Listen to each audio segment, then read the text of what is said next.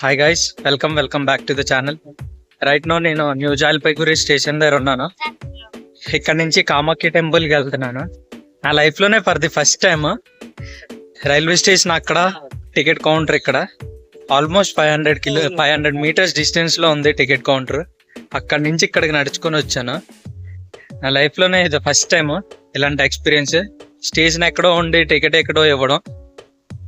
And ఇక్కడ నుంచి train పట్టుకొని గువాహతి వెళ్ళాలి.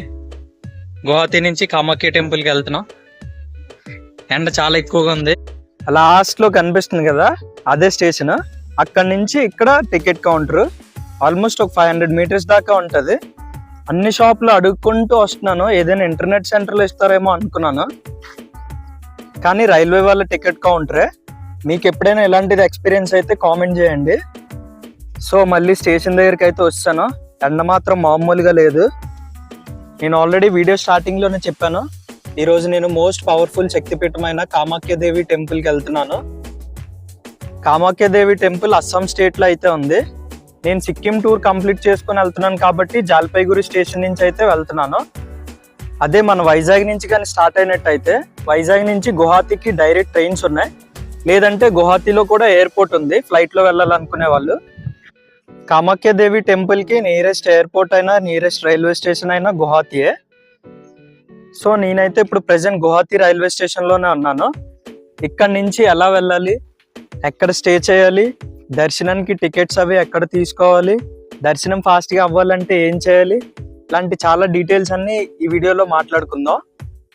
చాలా సింపుల్ అండ్ ఈజీ ప్రాసెస్ చెప్తాను. వీడియోని లాస్ట్ వరకు అయితే చూడండి. మీరు ట్రైన్లోనే ట్రావెల్ చేసుకొని వెళ్ళినట్టయితే ముందుగా కామాఖ్య స్టేషన్ వస్తుంది, దాని తర్వాత గువాహతి స్టేషన్ వస్తుంది. కామాఖ్య స్టేషన్ నుంచి కామాఖ్యదేవి టెంపుల్ 5 కిలోమీటర్స్ ఉంటుంది. గువాహతి స్టేషన్ నుంచి కామాఖ్యదేవి టెంపుల్ 8 కిలోమీటర్స్ ఉంటుంది. మీరు బడ్జెట్లో ట్రావెల్ చేస్తున్నారు, బడ్జెట్లో స్టే చేయాలి అనుకుంటే గువాహతి వచ్చేయండి, లేదంటే కామాఖ్యలోనే స్టే తీసుకోవచ్చు. నేనైతే ప్రెసెంట్ గువాహతి స్టేషన్లోనే ఉన్నాను.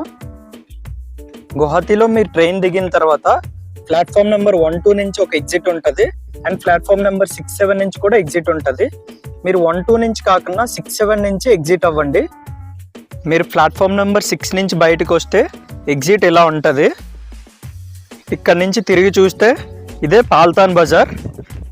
మీరు బడ్జెట్లో స్టే చేయాలి అనుకుంటే ఇక్కడే స్టే చేయొచ్చు. ఇక్కడ 500 నుంచి 5000 వరకు రూమ్స్ అయితే అవైలబుల్గా ఉంటాయి. కాకపోతే ఒకసారి చెక్ చేసుకొని రూమ్ తీసుకోండి. రూమ్ తీసుకున్నాం. ఈ హోటల్లో తీసుకుందాం అనుకున్నా, కానీ కుదరలేదు, అందుకే ఇక్కడ తీసుకున్నాం. ఇప్పుడు ఏదైనా తినడానికి వెళ్తున్నా, తినేసి రూమ్కి వెళ్ళి పడుకుని పోయి మార్నింగ్ లేసి ఎర్లీ మార్నింగ్ వెళ్ళిపోవడమే టెంపుల్కి. మార్నింగ్ అసలు టెంపుల్ ఖాళీ ఉండదు, అస్సలు ఖాళీ లేదు, చాలా రష్ ఉంది. మీరు షెల్లాంగ్ వెళ్ళాలన్నా, అదే మీరు మేఘాలయ అది వెళ్ళాలన్నా సరే ఇక్కడ నుంచి క్యాబ్స్ అవి అవైలబుల్గా ఉంటాయి. ఏమైనా తిందామని వచ్చాను, అసలు ఏం తినాలో కూడా అర్థం అవ్వట్లేదు. చాలా ఉన్నాయి, డిఫరెంట్ అన్నీ. ఇక్కడ చూసారా KFC తాత. నా లాస్ట్ డార్జిలింగ్ వీడియోలో కూడా చెప్పాను, ఎక్కడికి వెళ్ళా మనల్ని వదలడు, అలా నవ్వుతూనే ఉంటాడు ఎక్కడికి వెళ్ళా కూడా. ఎంత నవ్వుతూ పిలిచినా నేనైతే వెళ్ళు, ఎందుకంటే ఈరోజు నేను నాన్ వెజ్ తిన్నా. ఆ రోజు డార్జిలింగ్లోనే అంతే, ఇప్పుడు కూడా అంతే. నాకు అదృష్టం లేదు తినడానికి, ఏదో ఒకటి తినాలి కాబట్టి తినేసాను. ఇంకా రూమ్ దగ్గరికి అయితే వచ్చాను. ఎర్లీగా పడుకుంటే మార్నింగ్ ఎర్లీగా వెళ్ళిపోవచ్చు. ఇంక ఈ రోజుకైతే ఇంతే. See you in the morning. Welcome back. ఈరోజు అయితే day 2 in Guwahati.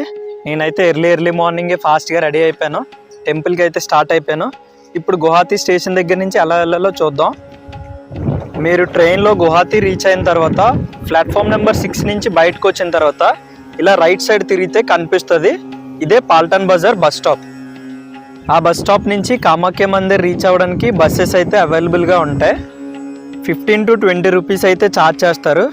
A buses డైరెక్ట్గా మందిర్ దాకా వెళ్ళవు, ఇలా మెయిన్ రోడ్డు దగ్గర ఆర్చ్ దగ్గరే దించేస్తారు.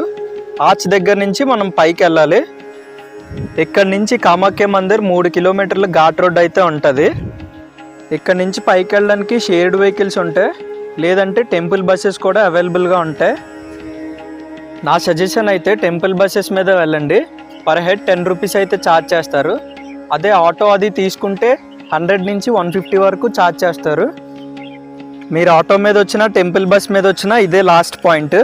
ఇక్కడ నుంచి మనం టెంపుల్కి నడుచుకుంటూ వెళ్ళాలి. ఇక్కడ నుంచి టెంపుల్ ఒక 1/2 కిలోమీటర్ వరకు ఉంటుంది.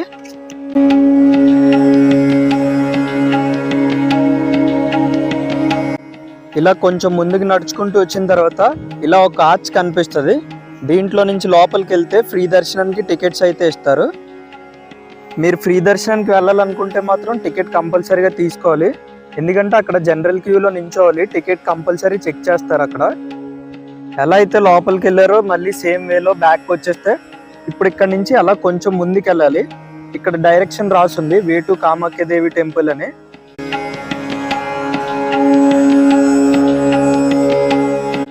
కొంచెం ముందుకు వచ్చిన తర్వాత ఇలా కొన్ని స్టెప్స్ అయితే ఉంటాయి. ఈ స్టెప్స్ ఎక్కి పైకి వెళ్ళాలి.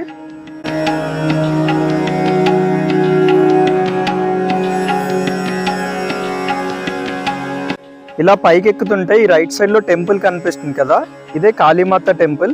ఇక్కడ నుంచి ఇంకొంచెం ముందుకు వెళ్ళాలి. ఇదే కామాఖ్యదేవి యొక్క మెయిన్ ఎంట్రన్స్. ఇలా లోపలికి రాగానే గోల్డ్ కలర్ కలసంతో ఉన్న గోపురం కనిపిస్తుంది కదా, అందులోనే కామాఖ్యదేవి కొలువై ఉన్నారు. ఈ మందిరం పక్కనే 500 రూపీస్ స్పెషల్ దర్శనం టికెట్స్ కూడా ఇస్తారు. అవి ఎర్లీ మార్నింగ్ మాత్రమే ఇస్తారు. ఈ టెంపుల్కి చాలా హిస్టరీ ఉంది. నాకు కూడా చాలా కొంచెమే తెలుసు. మీకు ఫుల్ స్టోరీ కావాలంటే ఇంకా చాలా వీడియోస్ ఉంటాయి, అవి ఒకసారి చూడండి. నాకు తెలిసిన కొంచెం మీతో షేర్ చేసుకుంటాను, వినండి. శివుణ్ణి ఓదార్చడానికి మరియు సతీదేవికి పునర్జన్మ ఇవ్వడానికి విష్ణువు తన సుదర్శన చక్రాన్ని ఉపయోగించి సతీదేవి శరీరాన్ని 51 ముక్కలుగా చేస్తారు. ఆ శరీర భాగాలన్నీ పడ్డ ప్రదేశాలే శక్తిపీఠాలుగా మారాయి. దాంట్లో అమ్మవారి యొక్క జననేంద్రియం ఈ నీలాచల పర్వతంపై పడింది. అష్టాదక శక్తిపీఠాల్లో అత్యంత శక్తివంతమైన శక్తిపీఠం ఇది. బ్రహ్మపుత్ర నది పక్కన నీలాచల పర్వతంపై ఈ శక్తిపీఠం ఉంది. ఈ అమ్మవారినే కామాఖ్య అని, కామరూపిణి అని కూడా పిలుస్తారు. ఈ శక్తిపీఠం చాలా మహిమగల పుణ్యక్షేత్రం అని భక్తులు నమ్ముతారు. ఈ పుణ్యక్షేత్రంలో పూజకైతే ఒక స్పెషాలిటీ ఉంది. ఈ టెంపుల్లో ఎలాంటి విగ్రహాలు ఉండవు. ప్రతి జీవి పుట్టుక కారణమైన జననేంద్రియాన్ని ఇక్కడ పూజిస్తారు. ఈ రాతిలోనే కామాఖ్యదేవి నివాసం ఉంటుందని చెప్పుకుంటారు. ఈ మందిర్ యొక్క స్పెషాలిటీ ఏంటంటే ఆడవాళ్ళలాగే 3 రోజుల పాటు అమ్మవారికి కూడా ఋతుస్రావ తంతు ఉంటుంది. ఈ టైంలోనే 3 days టెంపుల్ని క్లోజ్ చేస్తారు. క్లోజ్ చేసే ముందు అమ్మవారి మీద వైట్ క్లాత్ ఒకటి కప్పుతారు. 4th డే ఈ టెంపుల్ని ఓపెన్ చేస్తారు. ఆ రోజు ఒక పెద్ద పండగలా సెలబ్రేట్ చేస్తారు. దాన్నే అంబుబాచి మేళా అని కూడా పిలుస్తారు. ఆ రోజు మందిర్ అస్సలు ఖాళీ ఉండదు. సాధువులు, అఘోరాలు, సామాన్య భక్తులతో అందరితో మందిర్ అంతా నిండిపోద్ది. పూజలన్నీ చేసి డోర్స్ ఓపెన్ చేసేసరికి ఆ వైట్ కలర్ క్లాత్ ఎర్రగా మారిపోద్ది. దాన్నే ప్రసాదంగా భక్తులందరికీ ముక్కలు ముక్కలుగా ఇస్తారు. అండ్ ఈ టెంపుల్లో తాంత్రిక పూజలు లాంటివి కూడా చేస్తారు. ఇక్కడ నల్లటి వాటిని బలిస్తారు. ఇది ఈ టెంపుల్ గురించి నాకు తెలిసిన ఇన్ఫర్మేషన్. ఇప్పటికే లేట్ అయిపోయింది. టెంపుల్ లోపలికి వెళ్ళి దర్శనం చేసుకొని వచ్చేద్దాం. ఇందాక ఫ్రీ దర్శనం టికెట్ తీసుకున్నాం కదా, టెంపుల్ లోపలికి ఎంటర్ అయిన తర్వాత రైట్ సైడ్ తిరిగితే ఇలా ఫ్రీ దర్శనానికి వే ఉంటుంది. ఫస్ట్ దాంట్లోకి వెళ్తే 3 కంపార్ట్మెంట్లు ఉంటాయి. కంపార్ట్మెంట్లో వెయిట్ చేయాలి. ఒకదాని తర్వాత ఒకటి పంపిస్తారు. ఈ టెంపుల్లో దర్శనం చాలా కష్టం. నేను ఇప్పటికి కంపార్ట్మెంట్లోకి వచ్చి ఆల్మోస్ట్ 3 hours పైన అయిపోతుంది. స్టిల్ ఇంకా కంపార్ట్మెంట్లోనే ఉన్నాను. అండ్ ఫైనల్గా నా దర్శనం అయితే కంప్లీట్ అయ్యింది. చాలా సేపు పట్టింది దర్శనం కంప్లీట్ అవ్వడానికి. ఇందాక 500 రూపీస్ టికెట్ అని చూపించాను కదా, అది తీసుకున్న ఆల్మోస్ట్ ఒక 4 hours అయినా దర్శనానికి టైం పడుతుంది. సో వెయిట్ చేసుకొని వెళ్ళాల్సిందే, తప్పదు. నా లైఫ్లోనే తిరుపతి తర్వాత నేను ఎక్కడే ఎంతసేపు దర్శనం కోసం వెయిట్ చేసింది. ఎవరు వచ్చినా ఎలా వచ్చినా అసలు పంపించట్లేదు డైరెక్ట్గా లోపలికి మాత్రం. సో ఇది కామాఖ్యదేవి టెంపుల్. నేను చాలా విషయాలు తెలుసుకున్నాను, మీకు కూడా చెప్పానని అనుకుంటున్నాను. మీకు ఈ వీడియో నచ్చిందని అనుకుంటున్నాను. See you in the next video.